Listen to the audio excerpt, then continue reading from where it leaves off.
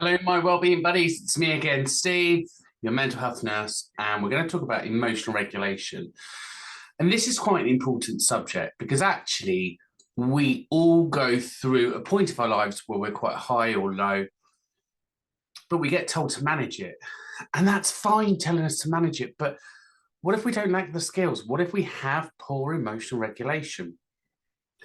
And there are some people born with poor emotional regulation just as a side effect to a genetic condition. So, autism, ADHD, Asperger's, and neurodivergence generally have poor emotional regulation. Equally, if we've been brought up and we've seen poor emotional regulation from maybe family, so that could be substance misuse, that could be domestic violence. So there's lots of stuff there on why we might become poorly emotionally regulated. So the aim of this really is to give you those techniques and a way of managing this. Equally, in the links below, when you see all the right in the chat stuff below, I'm going to give you some links to some assessment tools. If you want to do some emotional regulation assessment tools, you can.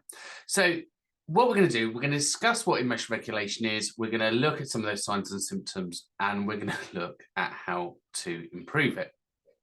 So emotional regulation is the ability to effectively manage and respond to emotions in a healthy and adaptive way.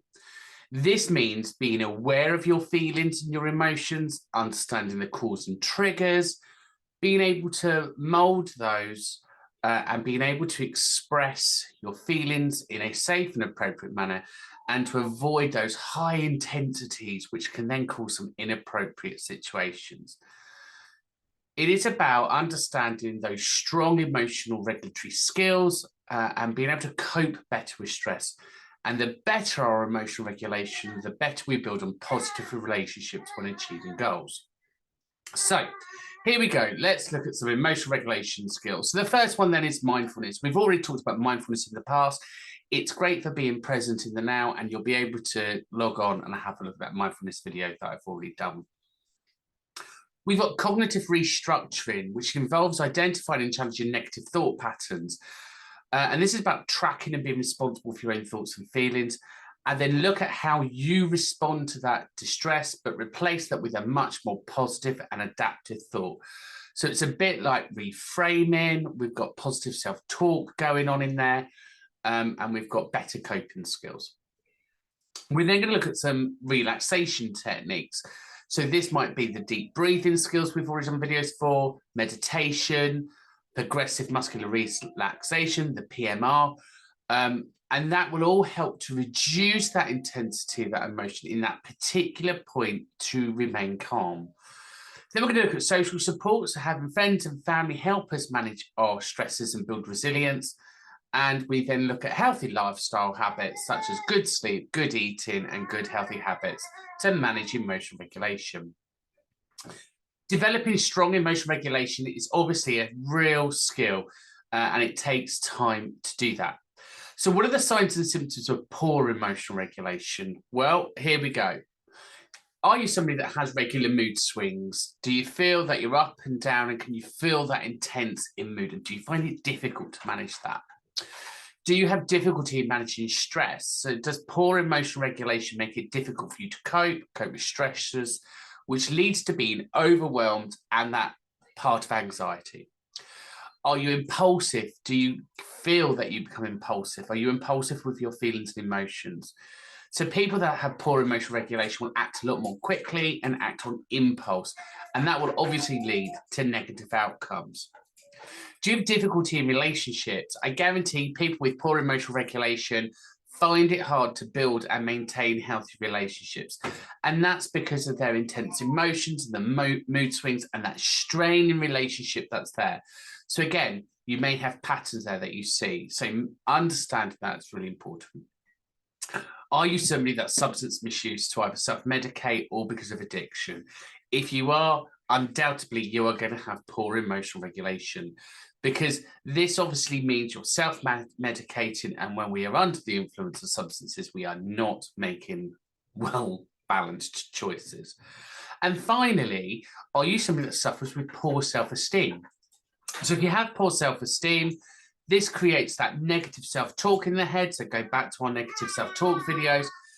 Are you self-critical, and do you suffer with low self-esteem? If you do, they're all negative patterns that goes back to, up there, emotional regulation.